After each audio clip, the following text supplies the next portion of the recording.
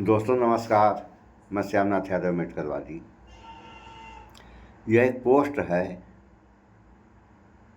इसका लेख है बेरोजगार युवाओं को बीजेपी का जवाब, लाठी। लाखों युवा डिग्री और काबिलियत हाथ में लेकर दर दर भटक रहे हैं, मगर बीजेपी की सरकार न इनकी परवाह है। बीजेपी सरकार को न इनकी परवाह है, न आपकी। जब युवा सड़कों पर उतर कर अपना हक मांगते हैं, उनके हाथ में रोजगार नहीं, पीठ पर लाठियां रख दी जाती हैं। ऐसा ये पोस्ट है। पोस्ट तो सही है, क्योंकि जनता सरकार चुनती है रोजी रोजगार के लिए, और सरकार बनने के बाद अगर युवाओं को रोजी रोजगार न मिले तो युवा क्या करेंगे? धरना प्रदर्शन करेंगे। अगर उनके धरना प्रदर्शन करने पर उनको लाठियां मिलें।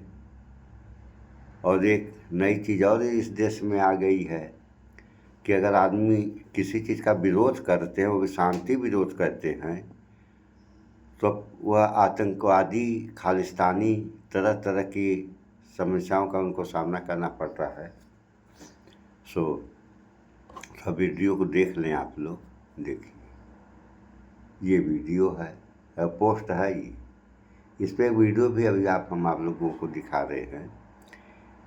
तो पोस्ट वीडियो तो दिखाएंगे ही, उसके पहले एक पोस्ट और दिखा रहे हैं आप लोगों को। देखिए, ताज़ा खबर देश में। हाँ, इसका लेख है चुनाव खत्म, लूट शुरू। ताज़ा खबर, ये आज तक का समाचार है। देश में 15 मई से पहले पेट्रोल डीजल के दाम बढ़ सकते हैं। अरे भाई, 15 मई क्या, 15 मई से पहले बढ़ा दो, कोई मना तो कर नहीं रहा। देखिए, अब जनता उड़ेगी। देख लीजिए आप लोग, ये हाल है। अब एक और दिखा रहे हैं, उसको भी देख लें क्या क्या हो रहे हैं और क्या क्या होने चाहिए। अब देखिए, नीति आयोग, यूपी में 9,500 स्कूल ऐसे हैं जहां सिर्फ एक टीचर है। यह नीति आयोग की रिपोर्ट है। सुन लिया आप लोगों ने? देखी, ये हाल है। तो 9,508 स्कूलों में एक टीचर हैं, और कितने स्कूल बंद कर दिए गए। रामराज की बात हम केवल कर रहे हैं कि रामराज में कितने स्कूल बंद कर दिए गए। ये आप लोगों ने समाचारों में देखा होगा। अगर नहीं देखे हैं तो फिर से देख लें। तो स्कूल तो बंद किए गए, और कितने शराब के ठेके खोल दिए गए। तो शराब के ठेके खोलने से अगर विकास हो रहा है देश का, तो शराब पी करके मौज मस्ती करिए आप लोग। इससे ज़्यादा हम क्या कह सकते हैं। एक और ये पोस्ट है, अब तो ईवीएम मशीन का नाम बदलकर कमल प्रिंटिंग प्रेस रख देना चाहिए। क्या कहते हैं दोस्तों? देखिए, ये पोस्ट है, ये हाल है। अरे कुछ तो सोचना चाहिए कि जो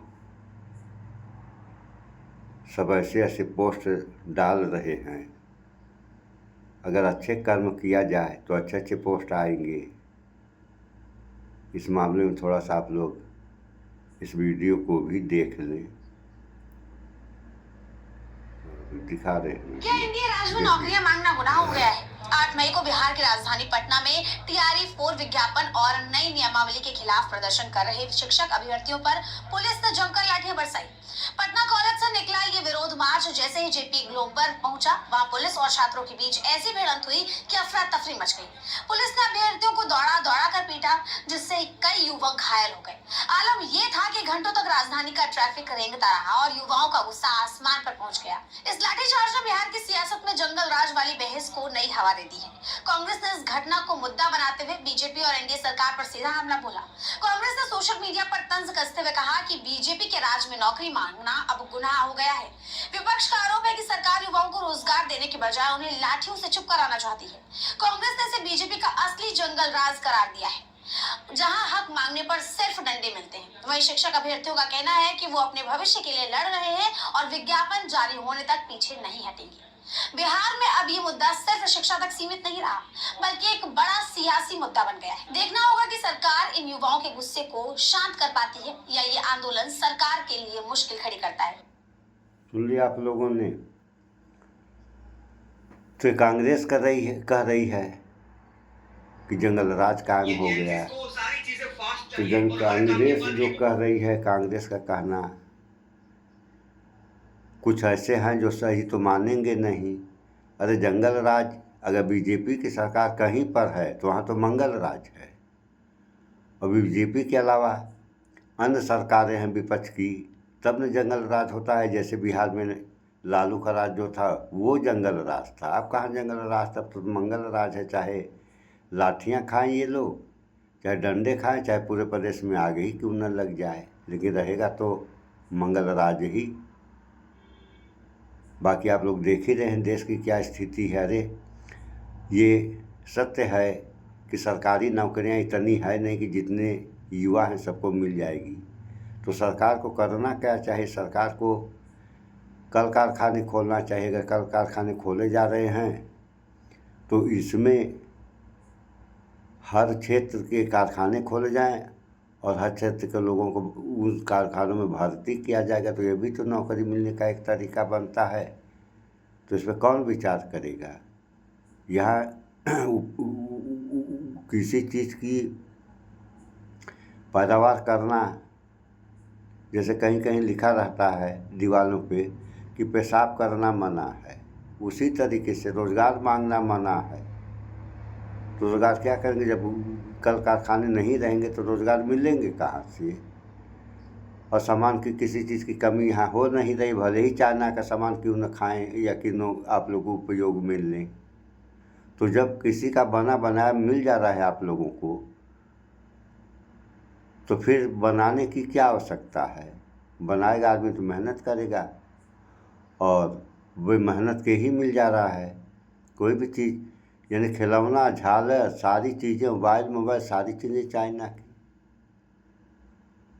तो जब इस व्यवस्था पे कोई भी देश, बात हम चाइना की नहीं कर रहे हैं, कोई भी देश जब विज्ञान पे भरोसा करेगा तो उसका विकास होगा। लेकिन यहाँ क्या हो रहा है आप लोग देख ही रहे हैं। कहने वाली क्या बात है, कह भी दिया जाए तो कुछ हैं ऐसे, अब इनको भक्त कहा जाए या अंधभक्त कहा जाए, करना कुछ नहीं है, उल्टे गाली अलग से देने लगते हैं कि जो कह रहे हो गलत कह रहे हो। अब देखिए आप लोग, पेट्रोल के दाम अगर बढ़ रहे हैं तो कुछ कहेंगे ठीक हुआ, बढ़ना चाहिए, देश हित में। तो यही है। अभी यहाँ पे जो है दाम बढ़ने की बात हो रही है, और नेपाल में जो है 12 रुपये, आप लोगों को आगे हम समाचार बनाए हैं कि 12 रुपया एक ही दिन में जब वहाँ के प्रधानमंत्री डीजल के दाम घटा दिए। यहाँ ने रेट बढ़ रहे हैं, वहाँ रेट डीजल का ही घटा तो वो कैसे घट गया? तो इन सब बातों पर विचार करें आप लोग।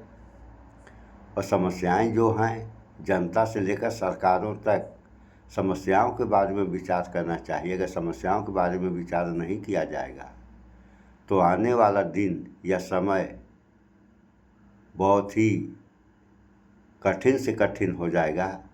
इस वीडियो में इतना ही। भाईचारा बनाकर रहें, स्वच्छता अपनाएं, शुद्ध खाएं, स्वस्थ रहें, शिक्षित बने।